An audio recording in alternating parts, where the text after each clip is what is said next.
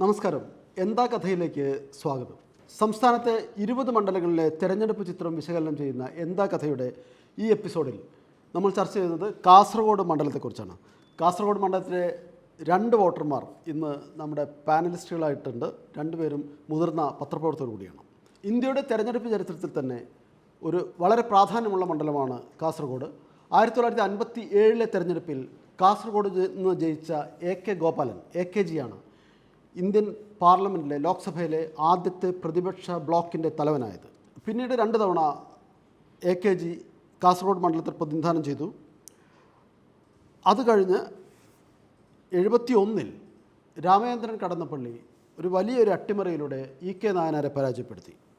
പിന്നീട് രാമറായ് CPIM, രാമറായ് കോൺഗ്രസ്, CPMലെ തന്നെ T Govindan, P Karunakaran, ഒടുവിൽ 2019 രാജ്മോഹൻ ഉണ്ണിത്താൻ, കോൺഗ്രസിലെ രാജ്മോഹൻ ഉണ്ണിത്താൻ ഒരു അട്ടിമറി വിജയം നേടുന്നു. പൊതുവിൽ ഇടതുപക്ഷത്തിൻ്റെ ഒരു കോട്ട എന്ന് അവകാശപ്പെടാവുന്ന ഒരു മണ്ഡലമാണ് കാസർഗോഡ് ജില്ലയിലെ കാസർഗോഡ്, മഞ്ചേശ്വരം, ഉദുമ, കാഞ്ഞങ്ങാട്, തൃക്കരിപ്പൂർ മണ്ഡലങ്ങൾ, കണ്ണൂർ ജില്ലയിലെ പയ്യന്നൂർ, കല്യാശ്ശേരി മണ്ഡലങ്ങൾ, അങ്ങനെ 7 മണ്ഡലങ്ങൾ. ഇതിൽ കാസർഗോഡ്, മഞ്ചേശ്വരം മണ്ഡലങ്ങൾ മാത്രമാണ് UDFനൊപ്പമുള്ളത്. മറ്റ് 5 മണ്ഡലങ്ങൾ LDFനൊപ്പം. 2021 തെരഞ്ഞെടുപ്പ് ഫലപ്രകാരം അന്നത്തെ വോട്ടിംഗ് നില പരിശോധിച്ചാൽ 1,00,000-ലധികം വോട്ടിൻ്റെ വ്യത്യാസം LDFനുണ്ട്. ഇതാണ് പൊതുവിൽ അവിടുത്തെ കാസർഗോഡ് മണ്ഡലത്തിൻ്റെ ഒരു ചരിത്രവും 2021 ഒരു സ്ഥിതിയും. ചന്ദ്രമോഹൻ, എന്താണ് ഇപ്പോഴത്തെ കാസർഗോഡ് ഒരു അവസ്ഥ? വീണ്ടും രാജ്മോഹൻ ഉണ്ണിത്താൻ മത്സരിക്കുന്നു. എതിരെ CPIMൻ്റെ MV ബാലകൃഷ്ണൻ മാഷ്, CPIMൻ്റെ ജില്ലാ സെക്രട്ടറിയാണ്. മണ്ഡലത്തിലുടനീളം വ്യാപകമായ ബന്ധമുള്ള ഒരാൾ കൂടിയാണ്. എന്താണ് അവിടുത്തെ ഒരു തെരഞ്ഞെടുപ്പ് ചിത്രം എന്ന് പറയുന്നത്? MV ബാലകൃഷ്ണൻ മാഷിനെ സംബന്ധിച്ചിടത്തോളം പാർട്ടി ജില്ലാ സെക്രട്ടറി, അതുകൊണ്ട് തന്നെ എല്ലാ തലത്തിലും ബന്ധങ്ങളുണ്ട്. അതുമാത്രമല്ല, അയാൾ കയ്യൂർ ചീമേനി പഞ്ചായത്തിൻ്റെ പ്രസിഡൻ്റായിട്ട് കേരളത്തിനാകെ മാതൃകാപരമായ പദ്ധതികളൊക്കെ നടപ്പാക്കി ഏറെ ശ്രദ്ധിക്കപ്പെട്ട പഞ്ചായത്താണ്. അതിനുശേഷം 5 വർഷം ജില്ലാ പഞ്ചായത്ത് പ്രസിഡൻ്റായിരുന്നു. ആ ജില്ലാ പഞ്ചായത്ത് പ്രസിഡൻ്റായിരിക്കെ തന്നെ ദേശീയ അവാർഡ് നേടിയിട്ടുണ്ട് ജില്ലാ പഞ്ചായത്ത്. അതിലും വ്യത്യസ്തമായ പദ്ധതികളൊക്കെ നടപ്പാക്കി ദേശീയ തലത്തിൽ തന്നെ ഏറെ ശ്രദ്ധിക്കപ്പെട്ടിരുന്നു അന്ന് നടപ്പാക്കിയ പല പദ്ധതികൾ. അതുമാത്രമല്ല, ജനങ്ങളുമായിട്ട് നല്ല ബന്ധമുള്ള ഒരാളാണ്.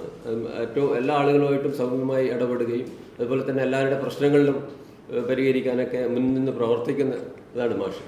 അതുകൊണ്ട് തന്നെ മാഷിക്ക് എല്ലാ തലത്തിലും കാസർഗോഡ് ജില്ലയിൽ എന്തായാലും പാർട്ടിക്ക് നിർത്താൻ പറ്റിയ ഏറ്റവും നല്ല സ്ഥാനാർത്ഥിയായിരുന്നു ഇത്തവണ ബാലകൃഷ്ണൻ മാഷ്. അപ്പോൾ ആ ഒരു രീതിയിൽ തന്നെ മാഷിക്ക് നല്ല വിജയസാധ്യതയാണുള്ളത്. പ്രത്യേകിച്ച് 7 മണ്ഡലങ്ങളിലെ 5 മണ്ഡലങ്ങളും LDFൻ്റെ ശക്തി കേന്ദ്രങ്ങളാണ്. അതിൽ കാസർഗോഡ്, മഞ്ചേശ്വരം മണ്ഡലങ്ങൾ മാത്രമാണ് UDFനും BJPക്കും നല്ല സ്വാധീനമുള്ള മണ്ഡലം തന്നെ പറയാം.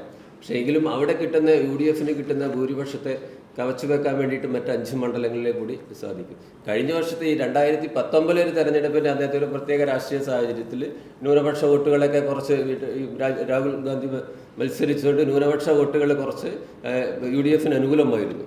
ആ ഏകദേശം ഒരു ബ്ലോക്കായിട്ട് തന്നെ ബ്ലോക്കായിട്ട് തന്നെ ന്യൂനപക്ഷ വോട്ടുകൾ LDFന് കിട്ടിക്കൊണ്ടിരുന്ന വോട്ടുകളടക്കം മറന്നിരുന്നു. അതുകൊണ്ടാണ് രാജ്മോഹൻ ഉണ്ണിത്താൻ തോക്കാൻ വേണ്ടി ആണ് കോൺഗ്രസ് എന്ന് രാജ്മോഹൻ ഉണ്ണിത്താനെ കാസർഗോഡേക്ക് വിട്ടത്, ഒരു സീറ്റ് കൊടുക്കണമല്ലോ എന്ന്. അയാൾക്ക് അത്ര വലിയ പ്രതീക്ഷയൊന്നും ഉണ്ടായിരുന്നില്ല. പക്ഷേ ഈ വോട്ട് പാറ്റേണിൽ വന്ന ചെറിയൊരു UDFന് അനുകൂലമായ ഒരു വോട്ട് പാറ്റേൺ മാറിയതാണ് അന്നത്തെ വിജയത്തിന് കാരണം. പക്ഷേ ഇന്ന് അത്തരം ഒരു സാഹചര്യം ഉണ്ണിത്താനില്ല അവിടെ.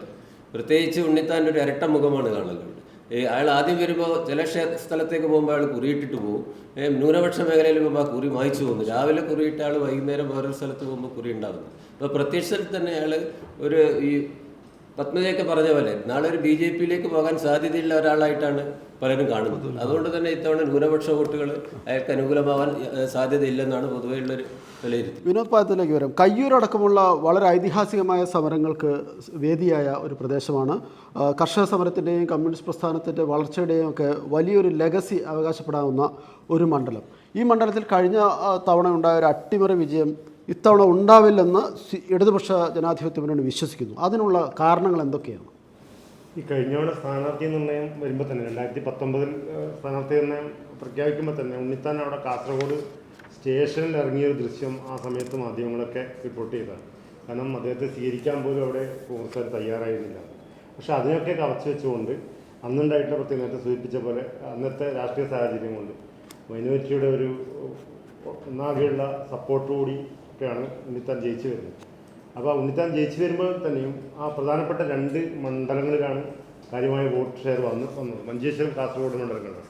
പക്ഷേ ആ 2 മണ്ഡലങ്ങൾ ഇത്തവണ അവിടുത്തെ ഒരു പ്രാദേശിക ക്യാമ്പയിൻ നമുക്ക് പരിശോധിക്കുമ്പോൾ മനസ്സിലാവുന്നത് ഇത്തവണ കടന്നു വന്നിട്ടുള്ള CAA അടക്കമുള്ള വിഷയങ്ങൾ അത് തീർച്ചയായിട്ടും ഇപ്പോൾ ഇന്നലെ തന്നെ ഒരു സംഭവം കാസർഗോഡ് സംഭവിച്ചു. അവിടെ പ്രസ് ക്ലബ്ബിൽ രാജ്മോഹൻ ഉണ്ണിത്താൻ CAA സംബന്ധിച്ച് ചോദ്യം വരുമ്പോൾ തന്നെ അത് വർഗീയപരമായിട്ടുള്ള നിലപാടാണ്, അത്തരം ചോദ്യങ്ങളൊന്നും വേണ്ട എന്ന രീതിയിൽ അത് സാമൂഹ്യ മാധ്യമങ്ങളിൽ വ്യാപകമായി പ്രചരിക്കുകയാണ്. അപ്പോൾ അത്തരത്തിലുള്ള ക്യാമ്പയിൻ മൈനോരിറ്റിയുടെ ഇടയിലേക്ക് പൊതുവിൽ ജനാധിപത്യ വിശ്വാസികൾക്കിടയിലേക്ക് വരുമ്പോൾ അത് വലിയ രീതിയിലുള്ള ഒരു ചർച്ച കാസർഗോഡ് മണ്ഡലത്തിനകത്ത് വരുന്നുണ്ട്. പിന്നെ നേരത്തെ ഇവിടെ ചൂണ്ടിക്കാണിച്ച പോലെ ഈ കാസർഗോഡ് മണ്ഡലത്തിൻ്റെ ഒരു തനത് ഇടതുപക്ഷ സ്വഭാവമുണ്ട്. അത് ഈ 5-2 എന്നുള്ളത് മാത്രമല്ല, ഇപ്പോൾ കല്യാശ്ശേരി ആയാലും ഇപ്പുറത്ത് തൃക്കരിപ്പൂർ പോലുള്ള മണ്ഡലങ്ങളായാലും പയ്യന്നൂർ മണ്ഡലങ്ങളായാലും നമ്മുടെ ഏതാണ്ട് 50,000-ൽ കൂടുതൽ ഭൂരിപക്ഷം തരുന്ന രാഷ്ട്രീയ വോട്ടുകൾ ഉള്ള മണ്ഡലങ്ങളാണ്. കഴിഞ്ഞ തവണ അവിടെയും ചെറിയ ഒരു പാകപ്പിഴ ചില വിഷയങ്ങളെ സംബന്ധിച്ച് ഉണ്ടായിട്ടുണ്ട്. അത്തരത്തിലുള്ള പ്രശ്നങ്ങളൊന്നും ഇല്ലായിരിക്കുമ്പോൾ ഈ നിലവിൽ LDFന് മേധാവിത്വമുള്ള 5 മണ്ഡലങ്ങളിലെ രാഷ്ട്രീയ വോട്ടുകൾ കൃത്യമായി വരികയും ഇപ്പുറത്ത് മൈനോരിറ്റി വോട്ടുകൾ കൂടി വരികയും ചെയ്തു കഴിഞ്ഞാൽ മുമ്പേ പി കരുണാകരനും ടി ഗോവിന്ദനൊക്കെ ജയിച്ച ആ ഭൂരിപക്ഷത്തിലേക്ക് തന്നെ വരാനുള്ള എല്ലാ രാഷ്ട്രീയ സാധ്യതയും കാസർഗോഡ് മണ്ഡലത്തിൽ, അതായത് ലെഫ്റ്റിന് കിട്ടാവുന്ന മണ്ഡലങ്ങളിലെ ആദ്യത്തെ ഒരു എണ്ണത്തിലെ പ്രധാനപ്പെട്ട മണ്ഡലമാണ് കാസർഗോഡ് മണ്ഡലം. വിനോദിന്റെ വോട്ട് ഉദുമ മണ്ഡലത്തിലാണ്, കാഞ്ഞങ്ങാട് ഉദുമണ്ഡലത്തിൽ നിലവിൽ 13,000 വോട്ട് നിയമസഭയ്ക്ക് ഭൂരിപക്ഷമുണ്ട്. പക്ഷേ കഴിഞ്ഞ നിയമസഭാ തെരഞ്ഞെടുപ്പിൽ 3,000 വോട്ട് പിറകിലായിരുന്നു വന്നത്. അത് ഈ നേരത്തെ പറഞ്ഞ പോലെ മുസ്ലിം ലീഗിനൊക്കെ സ്വാധീനമുള്ള മുസ്ലിങ്ങൾക്ക് അത്യാവശ്യം സ്വാധീനമുള്ള ഒരു മണ്ഡലമായിരുന്നു. അത്തരത്തിലുള്ള ഒരു ഇതിപ്പോൾ നമ്മൾ ഇറങ്ങുമ്പോൾ തന്നെ അത്തരത്തിലുള്ള യാതൊരു ചർച്ചയോ കാര്യങ്ങളോ പൊളിറ്റിക്കൽ റീസൺ മൈനോരിറ്റി ഇത്തവണ വരാതിരിക്കാനുള്ള ഒരു കാരണം അവിടെ കാണുന്നില്ല. പിന്നെ നിലവിൽ കഴിഞ്ഞ തവണ നമ്മളിപ്പം ഗ്രൗണ്ടിൽ ഇറങ്ങുമ്പോൾ തന്നെ ഒരു മൈനോരിറ്റി വിഭാഗത്തിലുള്ള ഒരാൾ പിന്നെ ലെഫ്റ്റിന് വോട്ട് ചെയ്തിട്ടില്ല എന്നുള്ള അർത്ഥത്തിൽ നമുക്ക് വിവരങ്ങൾ പിന്നീട് കിട്ടുന്നു. പക്ഷെ അത്തരത്തിലുള്ള ഒരു ഇതും ഇത്തവണ കാണുന്നില്ല. ഓക്കെ, ചന്ദ്രമോഹൻ, ഈ രാജ്മോഹൻ ഉണ്ണിത്താനെ കുറിച്ച് പറയുമ്പോൾ രാജ്മോഹൻ ഉണ്ണിത്താൻ ടെലിവിഷൻ ചർച്ചകളിൽ വളരെയധികം കളം പിടിക്കുന്ന ഒരാളാണ്. രാജ്മോഹൻ ഉണ്ണിത്താൻ ഒരു 5 വർഷത്തെ കാസർഗോഡ് MP എന്നുള്ള നിലയ്ക്കുള്ള അയാളുടെ പ്രവർത്തനം അതുപോലെ അങ്ങനെ ജനങ്ങളുടെ ഇടയിൽ വലിയ ഒരു സ്വീകാര്യത ലഭിക്കാൻ സഹായിച്ചിട്ടുണ്ടോ?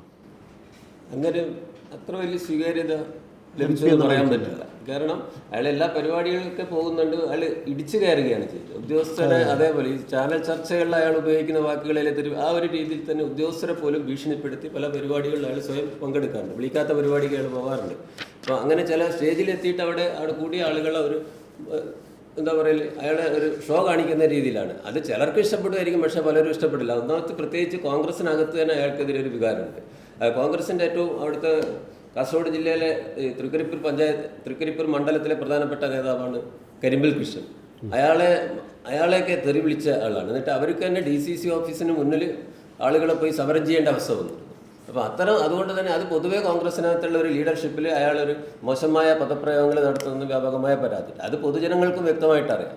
അതുകൊണ്ട് തന്നെ അയാൾക്ക് അങ്ങനെ പൊതുജന സ്വീകാര്യത അത്രയൊന്നും കിട്ടിയെന്നൊന്നും പറയാൻ പറ്റില്ല. ആകെ അയാൾ ചെയ്തിരിക്കുന്നതെന്ന് പറയുന്നത് കുറേ വിളക്കുകൾ സ്ഥാപിച്ചിട്ടുണ്ട്, വലിയ വിളക്കുകാലി സ്ഥാപിച്ചിട്ടുണ്ട്. അത് വേറെ പ്രശ്നമൊന്നുമല്ല. ഈ വിളക്കുകാലി സ്ഥാപിക്കുമ്പോൾ 2 ഗുണം. ഒന്ന്, ഹൈമാസ് ലൈറ്റ് സ്ഥാപിക്കുമ്പോൾ അത് ഏത് പ്രത്യേക കമ്പനിയുടെ സ്ഥാപിക്കുക, അപ്പോൾ അതിനകത്ത് നല്ല കമ്മീഷൻ കിട്ടും. അപ്പോൾ ഇതിൻ്റെ ചാർജൊന്നും പിന്നെ വഹിക്കണ്ട. പിന്നെ പഞ്ചായത്താണ് അതിൻ്റെ പഞ്ചായത്തോ മുനിസിപ്പാലിറ്റിയാണ് ഈ ചാർജ് കൊടുക്കേണ്ടത്, വൈദ്യുതി ചാർജ്. അപ്പോൾ അതുകൊണ്ട് ഇത് വലിയൊരു വെളിച്ചം വിതറുന്നുള്ള ഒരു കാര്യം അതാണ് അയാൾ മെയിനായിട്ട് ഉപയോഗിക്കുന്നത്. അല്ലാതെ അവിടെ പ്രധാനപ്പെട്ട ഒരു വികസന പദ്ധതികളിലും അയാൾ ഇടപെട്ടിട്ടില്ല. പ്രത്യേകിച്ച് നമ്മുടെ ദേശീയപാത വികസനത്തിന് അയാൾ ആദ്യകാലത്ത് എതിരായിരുന്നു. MP ആയ സമയത്ത് ഈ പല ഭൂമി പ്രശ്നത്തിലും അയാൾ ഇടപെട്ടിട്ടില്ല. കാരണം ഇപ്പം തന്നെ നിർമ്മാണം തുടങ്ങിയതിന് ശേഷം പ്രാദേശികമായി ഒരു വൈകാരികമായി ഉയർന്നു വരുന്ന സമരത്തെപ്പോലും അയാൾ അനുകൂലിക്കുന്ന സമീപനമാണ് ഉണ്ടായത്. നിർമ്മാണം തടസ്സപ്പെടുത്തുക എന്നുള്ളൊരു രീതി അയാൾ പലപ്പോഴും സ്വീകരിച്ചിരുന്നു കഴിഞ്ഞ 2 വർഷത്തിൻ്റെ ഇടയിൽ. പിന്നീട് HAL-ന്റെ ഒരു യൂണിറ്റ് ഉണ്ടായിരുന്നു. എളമരംകരും വ്യവസായ മന്ത്രിയായിരിക്കും VS സർക്കാരിൻ്റെ കാലത്ത് ആരംഭിച്ചതാണ്. ആ യൂണിറ്റിന് കൂട്ടിയ നിലയിലാണ്, കാര്യമായി യാതൊരു വർക്കും നടക്കുന്നില്ല. അതുപോലെ തന്നെ BEMEL-ന്റെ ഒരു യൂണിറ്റ് ഉണ്ടായിരുന്നു, കല്ലുമായി ബന്ധപ്പെട്ട് ലയിച്ചിട്ടില്ല. ആ യൂണിറ്റും പുനരുദ്ധരിക്കാനോ ഒന്നും സഹായിച്ചിട്ടില്ല. അത് അവസാനം സ്റ്റേറ്റ് ഗവൺമെൻറ് തന്നെ തിരിച്ചെടുക്കുന്ന അവസ്ഥയാണ് വന്നത്. അപ്പോൾ അത്തരം മണ്ഡലത്തിലെ ഒരു അടിസ്ഥാന വികസനത്തിലൊന്നും അയാളുടേതായ ഒരു ഇടപെടലില്ല. വിനോദ് ഭായം, CA ഉൾപ്പെടെയുള്ള വിഷയത്തിൽ ഇദ്ദേഹം ചെയ്തിട്ടുള്ളൊരു ഒളിച്ചുകളിയുണ്ട്. ഒരു കാല് എപ്പോഴും ബി ജെ പിയുടെ വള്ളത്തിലേക്ക് ഊന്നി നടക്കുന്നൊരു മനുഷ്യനാണെന്നാണ് പൊതുവിലുള്ള അഭിപ്രായം. ഈ CAA പിന്നെ അതുപോലെ ന്യൂനപക്ഷങ്ങൾ, അദ്ദേഹത്തിന് വോട്ട് ചെയ്ത ന്യൂനപക്ഷങ്ങളുടെ വികാരം മാനിക്കാതെ കുറേ നടപടികളുമായിട്ട് അദ്ദേഹം മുന്നോട്ട് പോയിട്ടുണ്ട്. അത് അവിടെ ചർച്ച ആവുന്നുണ്ടോ? അല്ല, അതിപ്പോൾ ക്യാമ്പയിൻ്റെ ഒരു ദൃശ്യം ഈ കഴിഞ്ഞ 2019 കമ്പയർ ചെയ്യുമ്പോൾ തന്നെ പറയാം. ഈ ഉണ്ണിത്താന മുസ്ലിം ലീഗുകാരാണ് അവതരിപ്പിക്കുന്നത്. അവിടെ എത്തി പിന്നെ കോൺഗ്രസ്സുകാരൊന്നും ഉണ്ണിച്ചാന്നൊരു വാക്കൊക്കെ അവർ പ്രയോഗിച്ചു. ഇത്തവണ നോക്കൂ, ഇപ്പോൾ ക്യാമ്പയിൻ്റെ പകുതിയായി ഒരു സാമൂഹ്യ മാധ്യമങ്ങളിലാകട്ടെ എവിടെയെങ്കിലും ആ വാക്ക് ഇത്തവണ വന്നിട്ടില്ല. അതൊരു പോയിൻ്റാണ്. ആ ഉണ്ണിച്ചാന്നിൻ്റെ വാക്ക് അത് കാസർഗോഡൊക്കെ അറിയാം. അതൊരു വൈകാരികമായ ടച്ചിങ്, ഒരു ബ്രദർഷിപ്പാണ് അത് സൂചിപ്പിക്കുന്നത്, സഹോദരനില്ല. പക്ഷെ അത്തരത്തിലുള്ള ഒരു ബോർഡും വന്നിട്ടില്ല. അത് മുസ്ലിം ലീഗ് മേഖലകളിലാണ് അത്തരം ബോർഡുകൾ വന്നത്. അത് ഇത്തവണ അത്തരത്തിലുള്ള ബോർഡുകൾ വന്നിട്ടില്ല, സാമൂഹിക മാധ്യമങ്ങളിൽ അത്തരം പ്രയോഗങ്ങൾ വന്നിട്ടില്ല. അതൊരു സൂചകമായിട്ട്, കാരണം അത് ഇപ്പോൾ നമ്മൾ പത്മജയുടെ വാക്കൊന്നും മൂലമൊക്കെ എടുക്കണ്ട. പക്ഷേ ഒന്ന് ശ്രദ്ധിക്കണം, പത്മജ ആദ്യം പറഞ്ഞ പേരുകളിലൊന്നും ഉണ്ണിത്താൻ്റെ പേരായിരുന്നു ആദ്യം പറഞ്ഞ പേരുകൾ. ഇപ്പോൾ പല കോൺഗ്രസ് നേതാക്കളുണ്ടല്ലോ, ഐ ഗ്രൂപ്പിൻ്റെ തന്നെ വല്ല കണക്ഷനുള്ള ആൾക്കാരുണ്ട്. പക്ഷേ പത്മജ പേരെടുത്ത് പറയുന്നത് ഉണ്ണിത്താനം മാത്രമാണ്. അത് നേരത്തെ ചൂണ്ടിക്കാണിച്ച പോലെ കുറിയുടെയൊക്കെ ഒരു വിഷയമുണ്ട്. അത് നമ്മൾ പറയേണ്ട വിഷയമല്ല നമ്മൾ.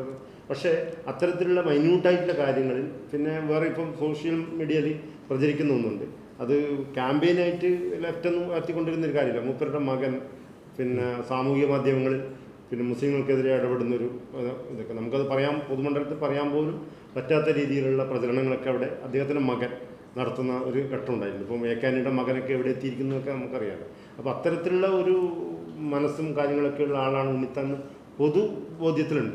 പക്ഷേ അതിനെ മറികടക്കുന്ന രീതിയിലുള്ള ഈ നേരത്തെ പറഞ്ഞ പോലെ ചാനൽ ചർച്ചയിൽ അദ്ദേഹത്തിന് ഉണ്ടാക്കിയിട്ടുള്ള ഒരു പരിവേഷമൊക്കെയാണ് കഴിഞ്ഞ തവണ മുതലെടുത്തത്. പക്ഷേ ഗ്രൗണ്ട് റിയാലിറ്റിയിൽ ഉണ്ണിത്താൻ ആരാണെന്ന് കാസർഗോട്ടുകാർ അടുത്തറിയുമ്പോൾ ഒരവസ്ഥ ഇത്തവണ ഇല്ല എന്ന് തന്നെയാണ് ഗ്രൗണ്ടിൽ നിന്നുള്ള റിപ്പോർട്ടുകൾ. ഏതായാലും ഇടതുപക്ഷത്തിൻ്റെ ശക്തമായ ഒരു കോട്ടയിൽ 2019 നടത്തിയ ഒരു അട്ടിമറി ഇത്തവണ സാധ്യമാവില്ല എന്നുള്ള വിശകലനമാണ് ഈ ചർച്ചയിൽ നിന്ന് നമുക്ക് ലഭിക്കുന്നത്. വലിയ കർഷക സമരങ്ങളുടെ ദീർഘമായ പാരമ്പര്യമുള്ള വലിയ ഒരു കമ്മ്യൂണിസ്റ്റ് ലെഗസിയുള്ള ഒരു മണ്ഡലം ഇത്തവണ LDF തിരിച്ചുപിടിക്കും എന്നുള്ള പ്രതീക്ഷയാണ് പൊതുവിൽ അവിടുത്തെ വോട്ടർമാർക്കും ഇടതുപക്ഷ ജനാധിപത്യ മുന്നണിക്കുമുള്ളത്. എന്താ കഥയിലെ ഈ എപ്പിസോഡ് ശ്രവിച്ച എല്ലാവർക്കും വളരെയധികം നന്ദി. നമസ്കാരം.